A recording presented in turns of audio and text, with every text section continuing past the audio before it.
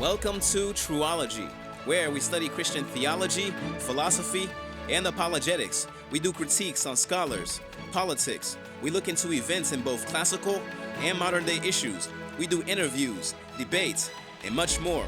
Our goal is providing a Christian resource to edify the saints and to engage the community. But most of all, we want to glorify the Lord through our hearts, minds, souls, and strength. So, stay with us as we open up the Word of God and look into everything pertaining to life and godliness. My name is Belushi Prevalon, coming to you from the Boston area, and right now, you are listening to Trueology, the study of the truth as it is in Jesus. Welcome to Trueology. My name is Belushi Prevalon, and I appreciate you all for tuning in. And today's conversation is going to be quite a big one. We really need to have this discussion because it's important to all our lives. Because in an age where free speech is increasingly being contested and Christian convictions are often treated as threats, believers are really being forced to ask hard questions about how and whether we're still allowed to live out our faith openly and in the public square. From government pressure to cultural hostility, the challenges facing Christians today they're not just abstract; they're really legal, institutional, even, and deeply personal, especially here in the Northeast. And if you're from around here, you know exactly how that can be with the mass amount of liberals that conservatives are usually surrounded by. So that's why tonight our conversation really matters. I'm joined today by Ian Huyett, Associate Director and Head of Litigation at Cornerstone, an organization that is at the front line of really defending religious liberty and free speech for Christians across the country. So together, we're going to be talking about the current landscape of religious freedom, how Christians should really think about public engagement, and the unique challenges believers face in regions like ours, all with an eye of, being very faithful and courageous and taking action rather than retreating. So with that being said, I want to allow my guest now to just briefly introduce himself, and we want to start to begin to really frame the conversation we're going to have tonight. So, Ian, if you would, could you just introduce yourself to the audience? Yeah, Belushi, thank you so much for having me on. And thank you for creating more Christian media in New England. We tremendously need it. And I think most Christians and other people who have kind of dissident opinions in New England vastly underestimate the effect of starting new media outlets and ecosystems like what you're building here. I am head of litigation and associate director at Cornerstone, which is a New Hampshire Christian advocacy organization. We represent 100 plus churches of assorted small o Orthodox Christian denominations around the state of New Hampshire. And we do both litigation and lobbying. My work is about 50-50 litigation and lobbying. And we litigate on a range of cases, but with the focus on constitutional issues, as you mentioned, Belushi. So focus on religious liberty, religious free speech, and also statutory religious discrimination and related issues. But not all of our litigation is 100% in that area. We recently litigated a case related to New Hampshire's open enrollment statute, for example, which is an education law issue. And then on lobbying, on policy, we operate on a range of different issues, essentially encompassing anything that the churches in New Hampshire want to really proactively engage in. We are organized to be a policy and legal voice for the entirety of New Hampshire's Christian community. Awesome. Well, welcome, Ian. I really appreciate you for coming on. How would you, I guess, really condense the mission of Cornerstone in just a few words? A pastor is really shaping believers for Christ. How would you really condense your Cornerstone's mission for the general public? We have a couple of different mottos that we use, but my favorite is probably advocating for New Hampshire's Christian community in Concord and the courts. Those Awesome. are two areas of focus. Concord, if you're not in New Hampshire, by the way, Concord's the capital of New Hampshire. So that's where we do our lobbying. And then, of course, we're active in litigation with, I should mention, We do a couple of federal cases here and there, but our focus is mostly on New Hampshire state courts and the New Hampshire Constitution. And we think, and this is, I assume we'll get into this at some point, Belushi. This is true in general in New England and in Massachusetts as well, that state constitutions are tremendously undervalued. If you are a Christian, or if you have a different sort of dissident perspective in New England, people really neglect at their own peril state courts and state constitutions. This is a massively underutilized tool that we have to defend our religious liberty, our free speech, and our other constitutional rights. Okay, I got you. And what do you think religious liberty and public engagement are really starting to become pressing issues? Um, I know we're in the new year now, 2026, but in 2025, like what did you see? Why was it so pressing in terms of your work so far? Hmm. Well, religious liberty can affect a range of different things. In the area of statutory religious discrimination, we worked on defending employees at private institutions who are being discriminated against or pressured to resign because of their faith. In the free speech, defended a Christian student who was being penalized for expressing a Christian opinion at school. We, in a criminal case, defended someone who was being criminally prosecuted on the basis of his Christian speech. So, religious liberty is pertinent to a range of different things. And I would say if I were to give you one sort of overarching answer about what's the significance in the early to mid 21st century of religious liberty, I would say that we're in a battle for the soul of the church, and there are two obviously conflicting visions of Christian engagement with the courts, the legal world, and the public square within the soul of the Christian. Christians in the contemporary West are very torn between, should I take an approach to the public square and to the legal system of proactive engagement, of standing up for the least of these, of the church being engaged with law and with policy, or should I take this more like withdrawn, a pietistic conception of my faith, and treat faith as something that has no application to the public square or to the law, and it's really just sort of something that happens in my heart between me and Christ. And definitely over the past, it's not unique to 2025, but over the past century, I would say that the general big picture trend amongst Christians in the West has been to move towards an attitude of withdrawal and kind of inner pietism. That has then created this opening for the state and for people who have totalitarian anti-Christian beliefs to step in and restrict and increasingly confine the church. The more the church withdraws from the world, the more that the kingdoms of the world step into that space and fill it and do the opposite of what Christians would like to see happen. And so I think that trend over time has sort of put blood in the water and put the church in a worse and worse position. But in kind of a more short-term sense, I would say in New Hampshire right now in particular, I see a lot of optimistic and encouraging developments. The churches that are growing tend to be very engaged and proactive and bold churches, entrepreneurial churches that are involved in their communities in a variety of different ways and are unafraid to engage with the legal system, engage with the world of public policy. And I think that sort of comprehensive model of Christian engagement, there are a lot of signs that that's going to continue increasing within the church. And if it continues to increase, then our religious liberty, our free speech, our other natural and constitutional rights are going to be in a stronger and stronger position in New Hampshire and New England. Wow, like what you said there. It seems like what you were saying is this is really pressing because it impacts so much. It's not just about your personal, just familial life, but this impacts. I mean, I typically think of politics as not just what you see on CNN, or what you see in the halls of Congress, but politics, connects to a broad range of things, and litigation also connects to a wide range of things.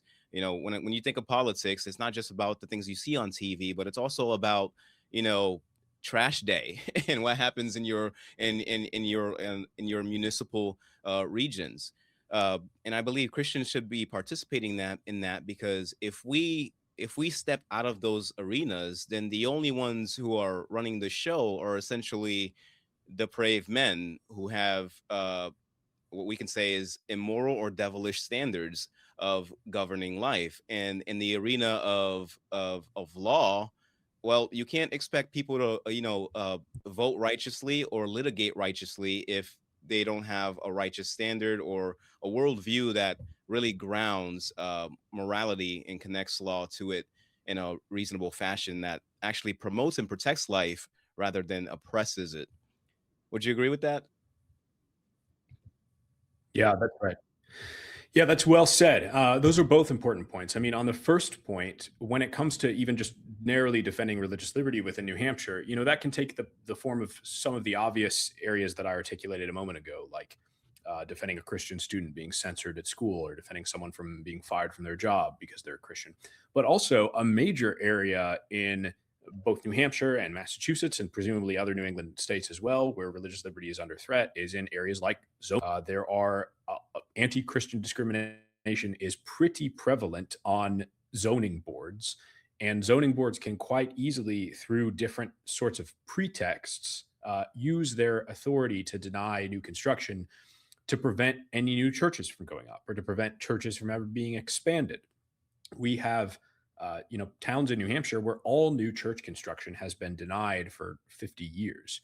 These zoning boards don't come right out and say we don't want any churches in town, but they just so happen to always find some excuse or another to deny any new churches from being built. And that's just a good example of, if you don't engage with your local government, then ultimately the powers that be can suffocate any ability for the church to establish any kind of physical presence in your community. You're going to just be confined to house churches, and then they're going to use zoning ordinances to go after house churches. And you can say to yourself, "Oh well, that's good for me as a Christian because by resisting these encroachments, I'm going to sort of model Christian boldness." And there's something to that, but eventually, when that's all any church can do, then you're really restricted in your ability to image Christ in your community and be comprehensively engaged in a way that allows you to share the gospel, allows you to serve the least of these, and to carry out the Christian mission. There's just no reason for Christians to, through withdrawal, put themselves in that position, and not only are they doing themselves a disservice and doing their ministry a disservice, but they're doing other people a disservice, because the church, when it is engaged, can protect people and protect and strengthen and bolster their community. And on your second point with respect to like engagement with the judiciary, I did a law review article not too long ago where I dug into the religious beliefs of U.S. Supreme Court justices for the past century or so. And we can all think of probably a few pretty devoutly and outspokenly Orthodox Catholic U.S. Supreme Court jurists, but there's this question that comes up sometimes of, where are the Orthodox Protestant jurists, justices on the U.S. Supreme Court?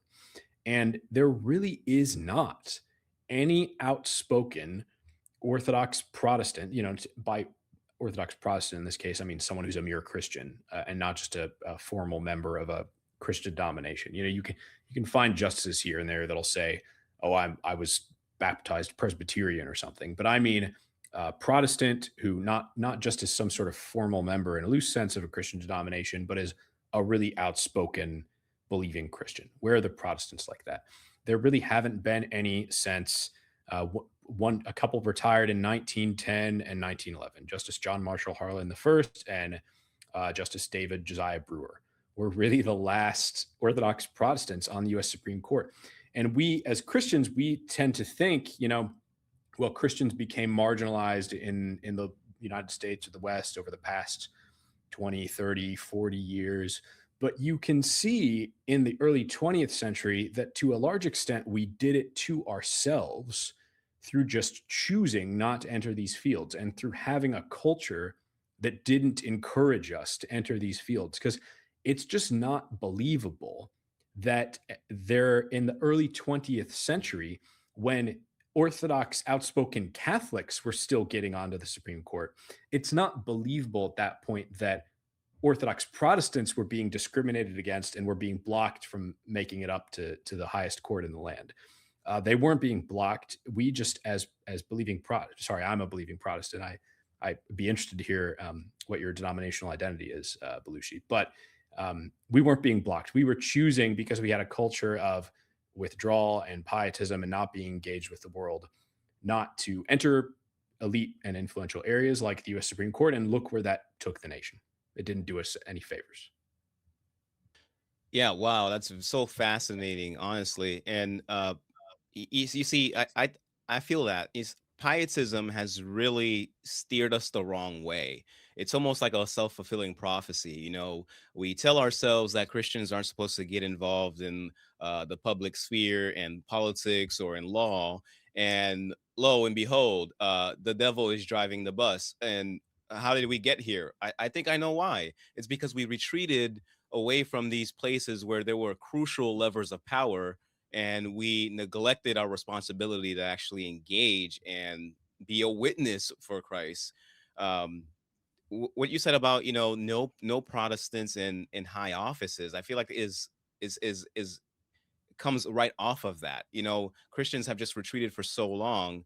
It's just created this vacuum, and it's not like the devil is going, "Oh, you guys are retreating? Well, I guess I'm just gonna leave this alone." No, he always wants to thwart the work of Christ in any way, in any place. And in the public realm, if we retreat from there, it makes sense why we see the lack of faithful Protestants sticking up with a strong voice to litigate righteously, or even in the realm of politics, actually guide and lead people in a proper manner. In regards to my, I guess, denominational identity, I'm a Reformed Baptist. What are you? I attend an Anglican church, but I don't have a strong denominational identity. When I ask myself who I am, the word Anglican doesn't really leap to the fore as a central part of who I am. I mean, I've tended to attend Anglican churches for several years now, more often than not. But if I moved to a place where there was a great, really engaged, active PCA church down the street, for example, I was baptized in the PCA, then yeah, I wouldn't hesitate to attend that um, as well. So I care a lot about theology. I do have some definite theological beliefs that might set me apart from other Orthodox Christians in some respects, but uh, I tend not to think about my denominational identity and really in terms of those theological differences. Okay, I hear you there. 39 articles. Are you a 39 article guy?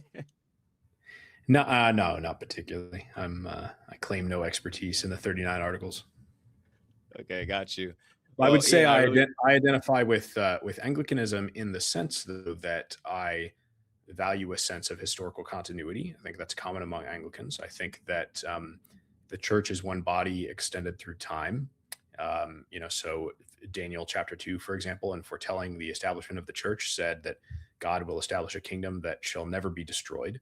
So, theologically, I tend to look askance at kind of restorationist theologies of church history. I don't think we should ever say that there was a time in Christian history where there just was no church. I think that we even though the institutional church has gone astray in various ways at different times, I think we should see Christ's body extended through all of history. And many Anglicans share that belief. And then I also just share kind of the sort of Anglican aesthetic preference for liturgy. I think this is a one body with many parts thing. I don't, and this is part of why I wouldn't say Anglican identity is a core part of who I am. I don't think that, we all need to be in like high liturgical churches or anything, but at least for me personally, I feel sort of the most uplifted and in contact with the spirit when I'm in a denominational, a liturgical environment. Yeah, hi. Our church is very high liturgy, low church aesthetic. We would love to Interesting. have you sometime. I do appreciate you sharing that. I didn't know that about you. It sounds kind of like the PCA, I guess. Yeah, You said yeah, reformed, right? So that makes yeah, sense. Yeah. yeah. Yeah, some of the things that you've been saying so far, I'm like, I think this guy's post millennial. I'm not gonna ask him. We could go on the rabbit trail with that. Yeah, let's do a whole eschatology podcast for sure. I'd love to do that. I'll resist the Yeah, temptation unless you want to go there. I'll resist the temptation to start oh, into I eschatology. I got just the guy for you. My pastor, he's an expert on that. I'll send it to you later. But Yeah, yeah, yeah. I really do appreciate you sharing that. That's really Who is your fascinating. pastor? Kendall and Lankford. I thought that's what you're going to say. I've been on his podcast before. It was years ago. Really? Wow. Okay. So Yeah, you know yeah. all about. Hey, Great come visit guy. us, man. Yeah, yeah. Come visit us. Our Yeah, feasts are sounds great. great. Great guy. Yeah, we had a lot of views in common. So we would probably you and I would probably agree on more than we disagree. I would expect. Awesome. That's great. Well, Ian, thank you for really sharing that. This is going really well. I love it. Good, In good. regards to just kind of still setting the stage for the rest of our conversation today, I want the audience to know we're just gonna, talk about religious liberty and free speech, Christian engagement in public life, maybe even give some practical applications, and really kind of focus on the unique challenges Christians face in New England, because that's where we are. Ian's in Good. New Hampshire. I'm in Massachusetts.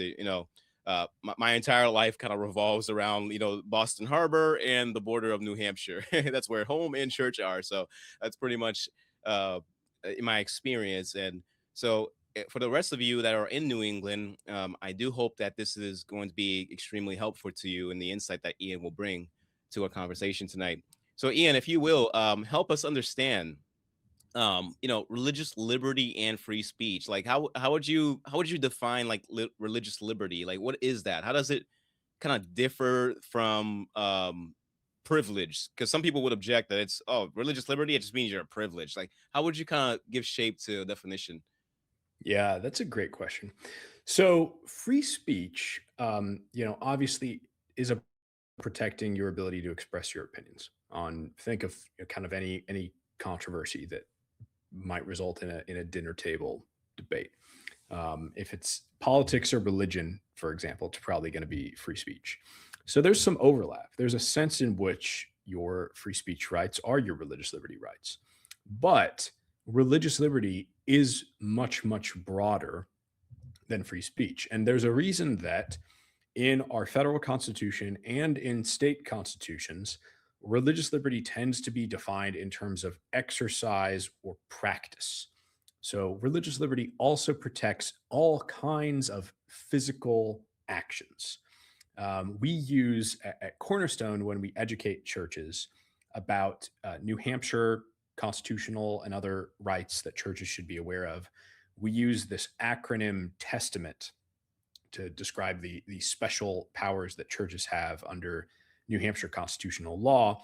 And one of those letters is M for manifest your faith, because one way you can conceptualize your right to religious liberty or free exercise is a right to do things that manifest your faith. What are all the physical actions involved in your practice of Christianity? So that can involve gathering with other people, forming an organization, running the organization according to Christian principles. Religious liberty includes something called the ministerial exception, which means that the government or the state cannot intervene in the hiring and firing decisions of your church. Your right not to be compelled to participate in a ceremony that you disagree with. That's an example of religious liberty. So, or, your right to engage in certain charitable activities. That can be religious liberty as well. We could go on and on. There's a broad test. It depends on what state you're in, what statutory and constitutional protections you're operating under. But in New Hampshire, especially, and in Massachusetts, by the way. So this is pertinent to both of us. In New Hampshire and in Massachusetts, we have state constitutional rights that contain theoretically robust protections for religious liberty. And pretty much, it's a broad category. It's a catch-all bucket religious liberty for all kinds of things. If you feel like this thing is infringing on my religious liberty, this is something I need to be doing as a Christian, and the government is infringing on my ability to do it by in some way coming after me for doing it. They're discriminating against me. They're disadvantaging me in some way. they're trying to fine me, anything along those lines. We can go through a certain common law test, a test that judges have constructed in the case law over the decades, to ask ourselves, is your New Hampshire or your Massachusetts constitutional right to religious liberty being violated? Now, I mentioned the federal constitution and the state constitution. So the federal constitution is a compact among the states. It was created by the states. The states, through the federal constitution, created the federal government. But in our case, in the case of Massachusetts and New Hampshire, the state had its own constitution before it entered into that federal compact. And the federal compact is, for both of us in some ways, less protective than the set of state constitutional rights that we enjoy. So some state constitutions in a variety of areas go above and beyond what the federal constitution protects. New Hampshire and Massachusetts both have broader and more robust religious liberty protections than the federal constitution. Now, that wasn't always the case. There was a time when the federal constitutional right to free exercise was held to be very robust. But in 1990, and it's gone back and forth, I should say.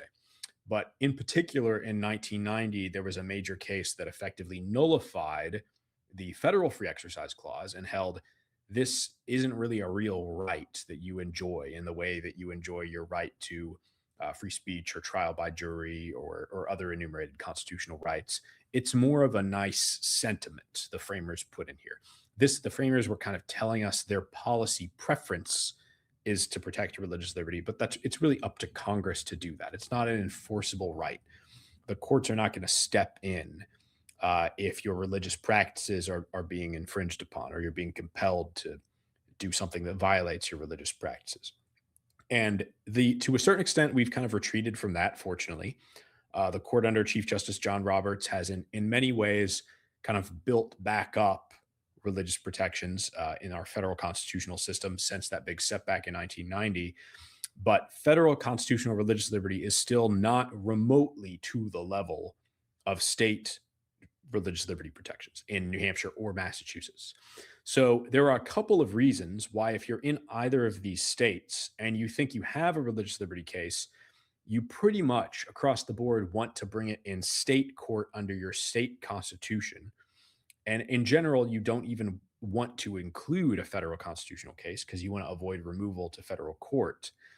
And one of those reasons is that our state constitutional protections for religious liberty in New Hampshire and Massachusetts are broader than the federal constitutional protections. So maybe you'd like to talk about some specific examples or common scenarios when it comes to religious liberty, and I'd be happy to go through those, but that's kind of a general outline of the concept. Yeah, actually, I would love that. And if you could, how does, the idea of free exercise compare to just a mere freedom of worship? Because when I think about just like freedom of worship, I think, oh, you're allowed to be whatever religion, believe whatever religion you want, uh, as long as it stays in your head. But once you leave your house and you go through the front door, well, there's other people here. You can't just be a Christian in public. How would you kind of like help us think through that?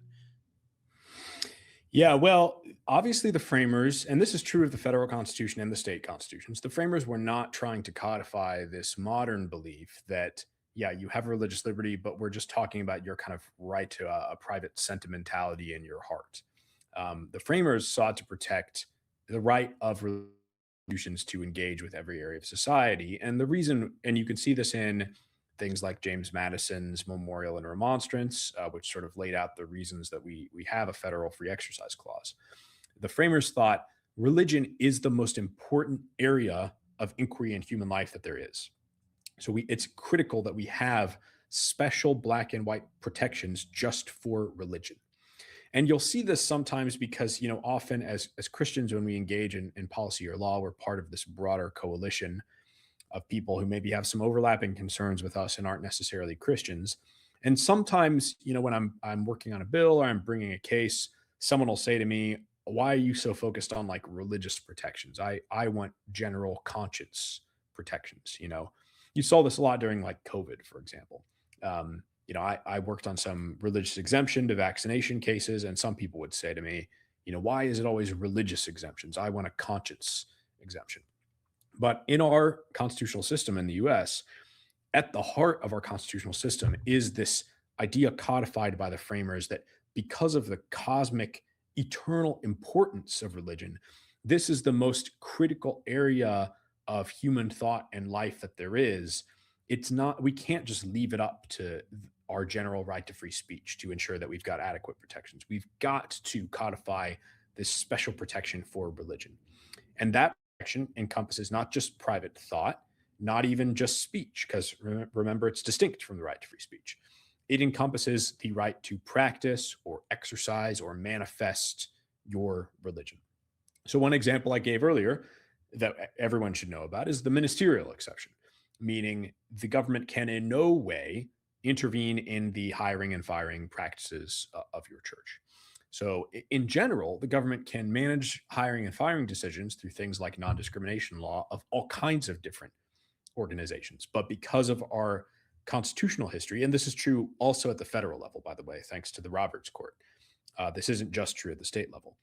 The government is blocked from intervening in the hiring and firing decisions of your church. So that is not just about worship. That's also about running the organization. Um, the famous cases that we've all heard about, like Elaine Photography, Masterpiece Cake Shop, where there were attempts to compel a Christian photographer or baker to participate in a ceremony they disagreed with. That is a religious liberty case. That's a free exercise case.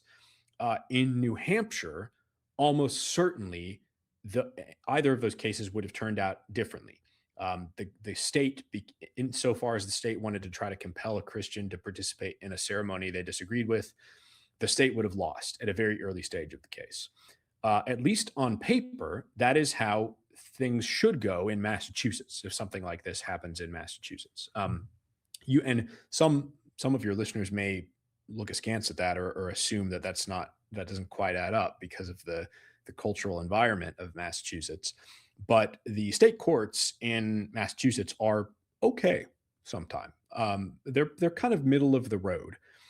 Bear in mind Charlie Baker made a lot of judicial appointments. So the courts in Massachusetts are, I'm not saying they're conservative by any means, but they're significantly to the right of the federal courts in New England, like your federal district court or the First Circuit Court of Appeals or the Second Circuit Court of Appeals. In particular, by the way, the First Circuit Court of Appeals is the most liberal and partisan federal court of appeals in America. So you really want to stay out of the First Circuit if you can choose instead to bring your case in state court under the New Hampshire Constitution or the Massachusetts Constitution. Thank you for that. Cornerstone is often challenged. It offers challenges to governmental entities that are always, I guess, putting forth policies that are conflicting with religious conscience. Sometimes I'm sure you've seen this a lot, where policies are framed as neutral or inclusive, just to kind of, you know, ram in something that will really blockade the exercise of Christian conscience. Any examples other than like the ministerial stuff that you've experienced that really are disguised as neutral policies that are really intended to really stop us from living out our faith legally?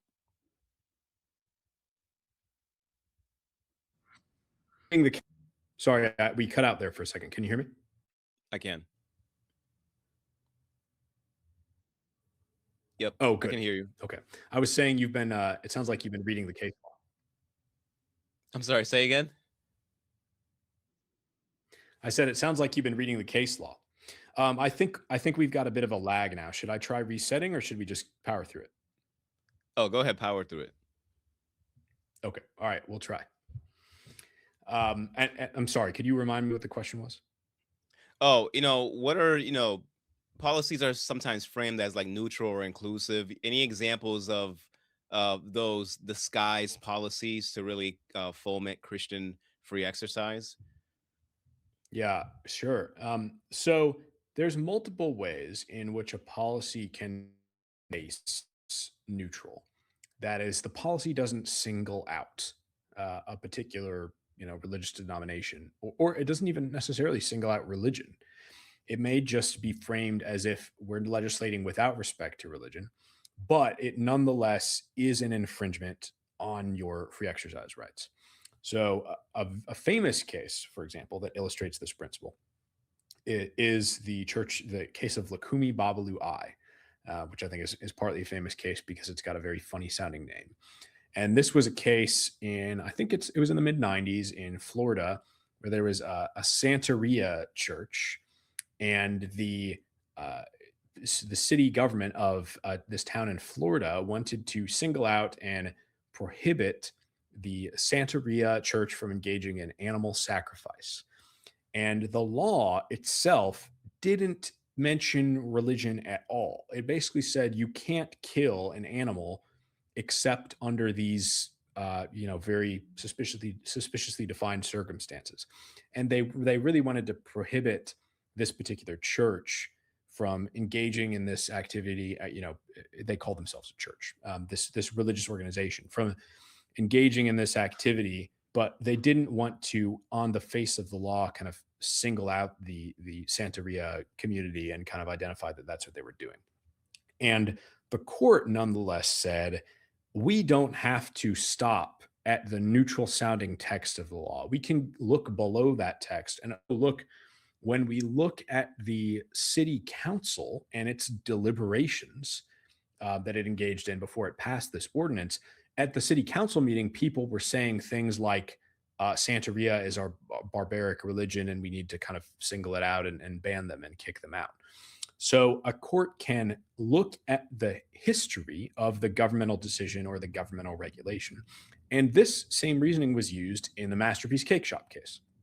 So in Masterpiece Cake Shop, which was decided on pretty narrow grounds, Jack Phillips, who was this Christian baker who'd been ordered in Colorado to participate in a same-sex wedding, that theoretically that rule saying you cannot decline to participate in a same-sex wedding is in some sense religion neutral. I mean, it doesn't say in the rule religious people in particular are going to be compelled to do this. But the reason that Phillips won that case at the US Supreme Court on narrow grounds, although he did not really win decisively, he continues to be like dogged to this day by people trying to just maliciously force this guy to come participate in their weddings. The reason he won at the US Supreme Court is because in the procedural history that the Colorado Civil Rights Commission had gone through to sanction him, there were all kinds of statements bashing this guy, Jack Phillips, as bigoted because of his Christian faith. So the proceedings or the kind of basis of the policy or decision can be tainted by this invidious attitude towards a religion or towards religion in general. So that's one way in which a policy can be seemingly neutral, but can in fact infringe on your religious exercise rights. But also, there can genuinely be no intent to engage in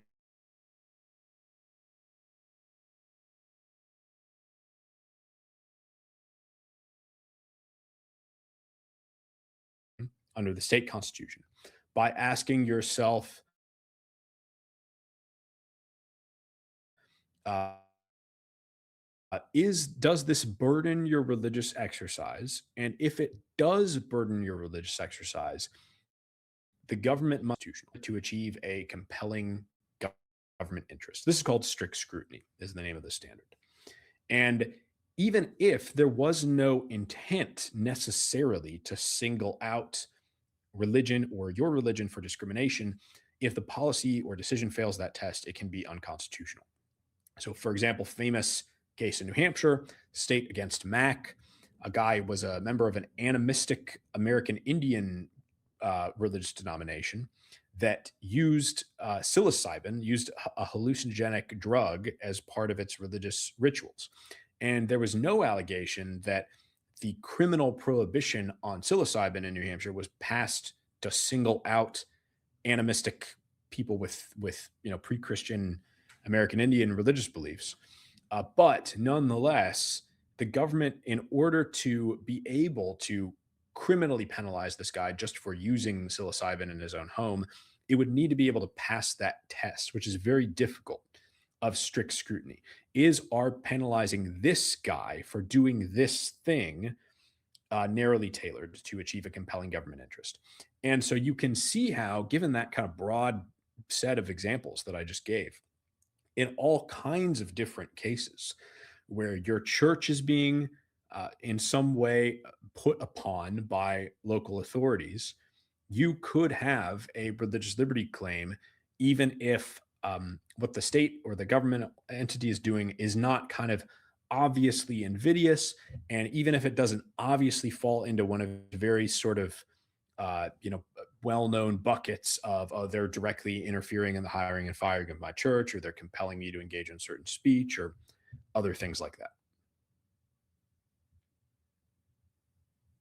Wow, that's really fascinating. So, how would you say, like, when you see a case that doesn't overtly seem like it's targeting Christians, like, what is your, you're in your office in this case. I guess I don't know how it goes, being a lawyer, but I guess this case lands on your desk. Like, what is your approach in like how do you meticulously like go through this to actually find out whether this is infringing upon religious liberty? Like, what's this kind of look like for you when you have a case brought up? Yeah, that's a great question. I spend a lot of time when we have something that sounds like it could potentially be a promising case, just going through the fact pattern with the client. I have them start at the beginning of the story, and then I try to sort of tease out things in the story that I think might be legally relevant, and I see if I can construct a case, just because, as a matter of sort of background principle, I know what legal tests we're going to need to be able to satisfy to potentially bring the case. I would say, maybe half the time, people reach out to us and think they have a religious liberty case. It's obvious just on the face of their email or their voicemail that there's going to be no case. And most often, what happens is people will reach out to us because, let's say, their town government or their school is doing something that they don't like, or is engaging in speech that they, the voter, the potential plaintiff, does not like. Right, like your local school is teaching a very politically biased version of history, or it's putting up rainbow flags or other sorts of like political propaganda in the classroom or in the town hall. And people will come often and say, I want you to try to bring a lawsuit to stop this from happening. And I have to explain to people that we that claim fails at the outset because of something called government speech. It's just open and shut law that you have a right to protect all of your rights. Your church has rights, but you have no right to a neutral government. If communists take over your school system, if the superintendent is a communist and your town council are all communists, the town council can declare this is a communist town now. The school can declare we're a communist school, and we teach rainbow flag communism. That's the official ideology of our school. And this is relevant to the discussion we started with, where people expect I'm going to be able to disengage from the political realm and just adopt this sort of pietistic conception of the Christian life, where I don't have to be engaged with my town council or my school board. And then they still nonetheless expect everything to work out somehow. God is in charge, and so everything's going to work out for the best, even as I withdraw from the public square and get all my Christian friends to withdraw from the public square. And lo and behold, then things in the public square don't go so well. And then people will come to lawyers and say, without myself engaging in this public space, I expect you to go in and be able to fix things. But to fix something, you need to have a plaintiff. You need to have someone whose rights were infringed to fix something in the legal system. I need to show that not just the government is doing something you disapprove of, I need to show that your rights as an individual, or your children's rights, or your church's rights, are being infringed. And so when we get a case that seems like it might satisfy that test, Then I talk to the potential client for a long time and I go through, tell me the history, and I try to identify, is there a potential claim I want to explore? And then I ask follow-up questions to take the conversation in that direction. And then, sometimes I'll ask for additional written evidence and that sort of thing. Wow, fascinating. You said that a government can actually proclaim itself to be LGBTQ or communist. Does that mean that we can Absolutely. likewise say that this is a Christian city, this is a Christian nation, if our legislature Well, say so? great Is that question. does it work that Great, way? great question. So glad you asked that.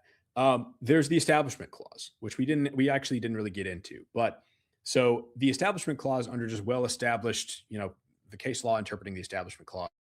We can dig a little bit into the history if you want and talk about whether things were sort of meant to be this way. But in terms of just the very well established for many, many decades now, Establishment Clause case law, not even a local government can say we're a Christian local government because that is an establishment of religion.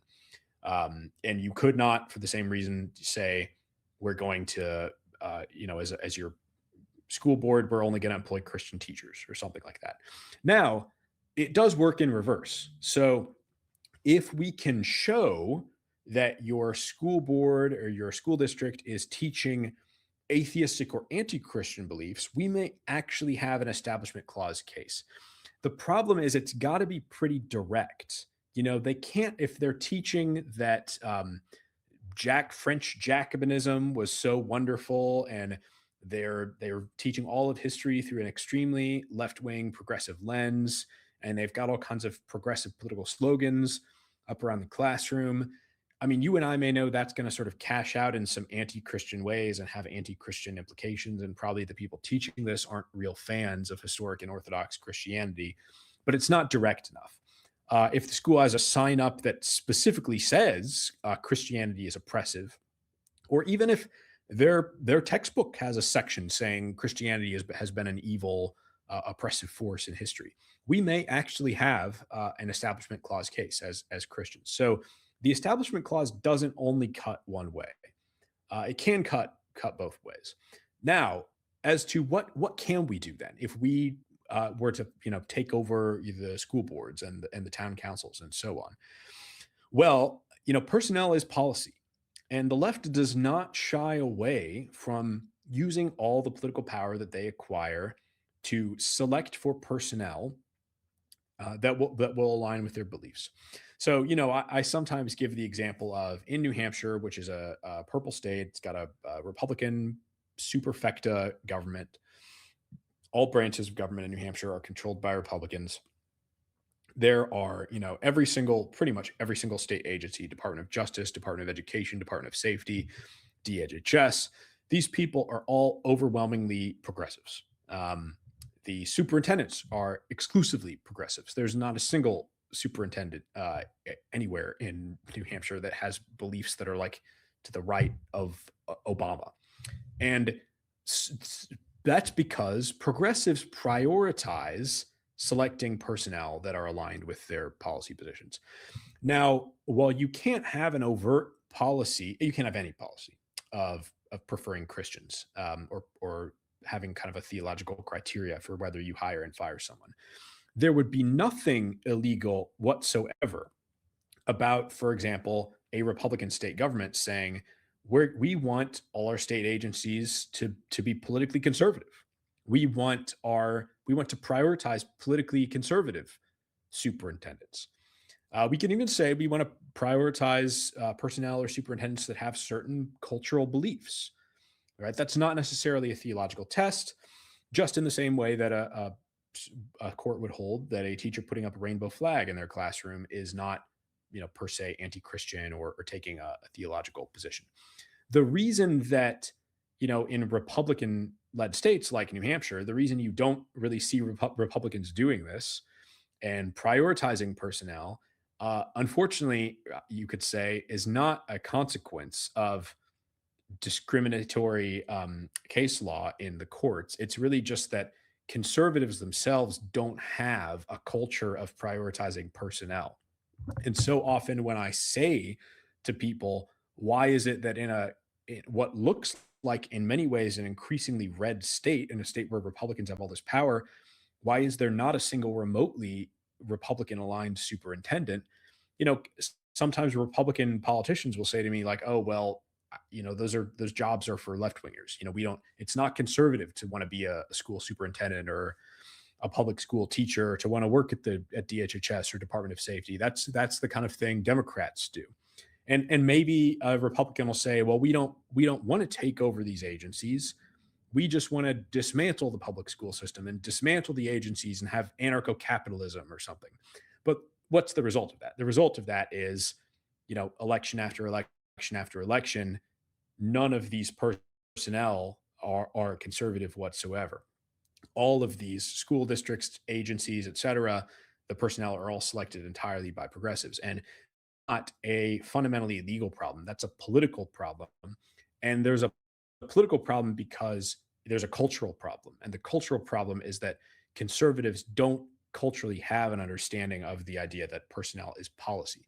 But if they did, to tie a bow on your question, they could 100% just come right out and say, like, by the way, the left does every single day in every, not only blue state but every purple and red state. We want to hire people that are aligned with our politics. Now, quick disclaimer there: that does not necessarily mean you can engage in discrimination in hiring. So there would be a case if you told someone, "I am not hiring you because you're politically progressive." They would potentially have a free speech case.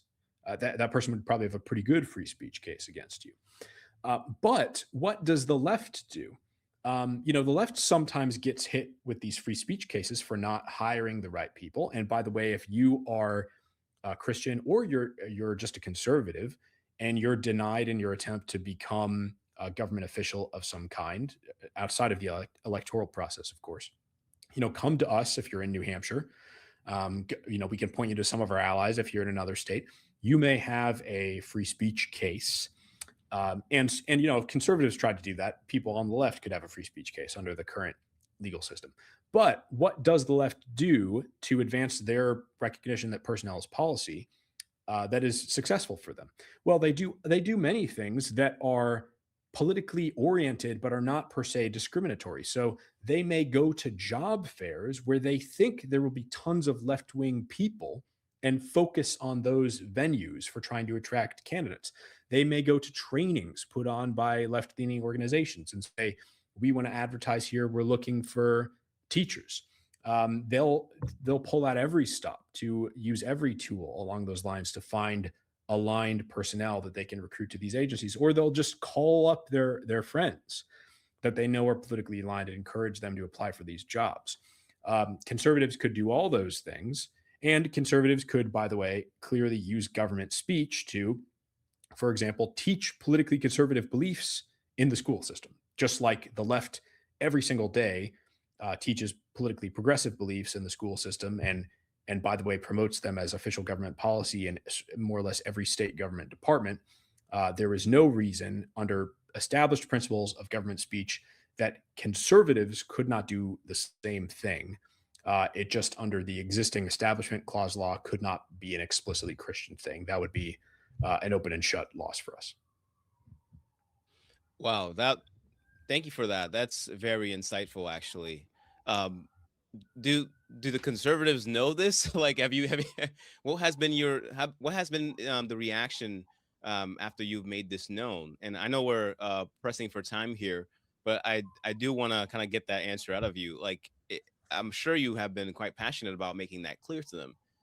Yeah. Well, one thing I've been working on a lot is we do have some school boards where school boards are a big problem. You can get in New Hampshire, much more so in New Hampshire than Massachusetts, by the way. And where you are in Massachusetts, actually, and I know because I've worked on school board issues in both states. In Massachusetts, if Republicans take over a school board, you can pass conservative policies. In New Hampshire, 100% of the school board seats on your school board can be occupied by Republicans, and it makes no difference because the school board is boxed in by all these institutions. They're boxed in by the ultra progressive law firm. by the superintendent, who's extremely progressive, by the advocacy group. These people are very good at coordinating and containing and controlling the school board and kind of just cajoling and coercing it into enacting the policies that they want. I think in New Hampshire, just a lot more money is put into creating this progressive infrastructure because New Hampshire is a competitive purple state. I think paradoxically, because Massachusetts is a deep, deep blue state, if you're a big left wing donor, it's not an attractive value proposition to pour money into building up these control networks in Massachusetts. But in New Hampshire, especially where we do have some school boards that are controlled by Republicans, I've given some thought to, well, how do we punch a hole in this phalanx of institutions? And one way potentially to do it would be to encourage conservative school boards to hire more conservative superintendents, as opposed to exclusively progressive superintendents like they do now. And, I'll tell you, unfortunately, a big problem I have is just that. And one reason I thought we would be able to do this much more easily than the difficulty we've actually encountered is that there are so many Christian educators. Many Christians are very passionate about being Christian educators. Christians start all kinds of great schools, including in New Hampshire. Many Christian schools are booming around New Hampshire. So these schools are all full of Christian teachers, Christian principals, Christian administrators, and these people could, by the way, make higher salaries as public school administrators who are very well paid in New Hampshire. New Hampshire pays its teachers not as much as Massachusetts pays theirs, but it pays its administrators very, very well. And by the way, New Hampshire spends more per pupil than Massachusetts, but it doesn't pay its teachers as well as Massachusetts pays them. And the biggest bottleneck I heard, sadly, is just that even among Christian educators, there's just not a lot of interest in going forth and conquering and trying to be public school teachers or administrators. I think it is fundamentally an internal cultural problem, especially in the church. And you look at the history of the church, and for especially a millennia, the church was the most potent geopolitical force in the history of the West. The church could completely contain, reorient, restrain extremely powerful states and shape their policies towards the good just by speaking or by withholding communion, for example, from unjust rulers. And the church, as this tremendously effective geopolitical force through all of history, is a model for us for Christian political engagement today that we're just not utilizing. It's like there's this broken lever on the ground. We know that throughout history, the lever was able to move this great stone of the state, but the lever's broken and we're not invested in fixing it. The simplest way to affect political change, I think the most elegant, would be to focus on fixing the lever and then use the fixed lever to be able to move the stone. We know that the lever worked before. If we would fix the culture of the church and create a church that supports active, comprehensive cultural and geopolitical engagement, then we know as just a historical matter, the church can be very effective, even when most of the culture is not necessarily favorable in its attitudes towards the church. And so when it comes to something like how do we get more Christian educators in the public school system, I think it is there are many things that attorneys and policy advocates can do, but ultimately, first and foremost, it's down to the work that people like you and like Pastor Kendall Langford are doing to reshape the culture of the church in a way that's favorable towards political engagement, so that we have the personnel and the resources we need to affect these changes.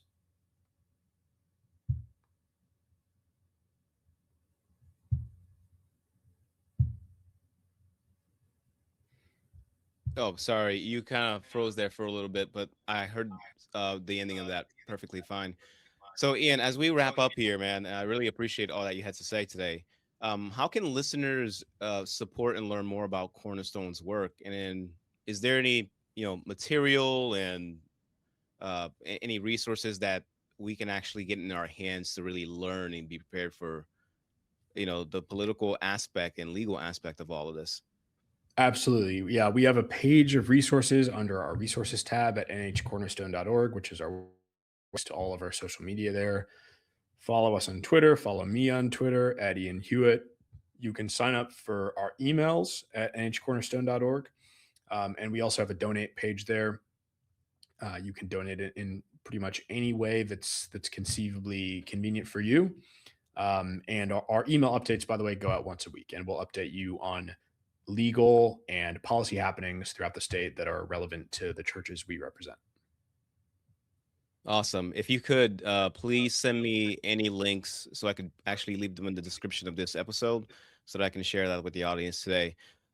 Folks, we are going to have to wrap Absolutely. it up here. Ian, I really appreciate all the insight you brought today. So much to think about. I think it's a very important topic, one that really doesn't get talked about much, but I'm glad you came on today to be at least able to give us a little bit to think on. So as we think about, faithful public engagement, it's really not optional, and it shouldn't really be fear driven or reactionary. It's too bad it has to be that way, but it has to be grounded in truth and love for neighbor. And as we really wrap up here, my hope is that this conversation doesn't just inform you, but it serves you to really think more carefully and act more faithfully in the public square. Because religious liberty and free speech aren't just abstract ideas, they're arenas where our convictions are really tested and our witnesses really refined. I'm really grateful for Ian's work at Cornerstone and all that he's shared with us today. And I really hope that it has helped you and that it's really fueled you up to learn more so that you can really prepare yourself for what may be coming down the pipe. We're just in the beginning of 2026. We have no idea what is going to come later down this timeline. So I do really hope that as listeners that you would take this seriously, prepare yourselves, be faithful to not just Christ, but to the community you live in, to really be a bold and wise disciple amongst your neighbors. So with that being said, thank you for everyone for listening. Ian, really appreciate you coming on. Thank you for listening to Trueology Thanks, today. Belushi. Happy to come back on anytime. Absolutely, man. Certainly have you for another discussion soon. This has been Trueology, the study of the truth. I do thank you and hope you all have a good night. God bless. Trueology is a podcast that seeks to equip, effect, and engage the world through Christ and his wonderful gospel of the kingdom, against which he has promised that the gates of hell shall never prevail, but increase by his government, his law, and grace, till it be presented a glorious church without spot or wrinkle. If there's any fear, threat, or worry, remember that the one that has called you according to his purpose and grace has also promised that all enemies will soon be placed under his feet. Now, I want you to believe that not because I said it or because it sounds really nice and spiritual, but primarily and wholeheartedly and only and biblically because it's the truth.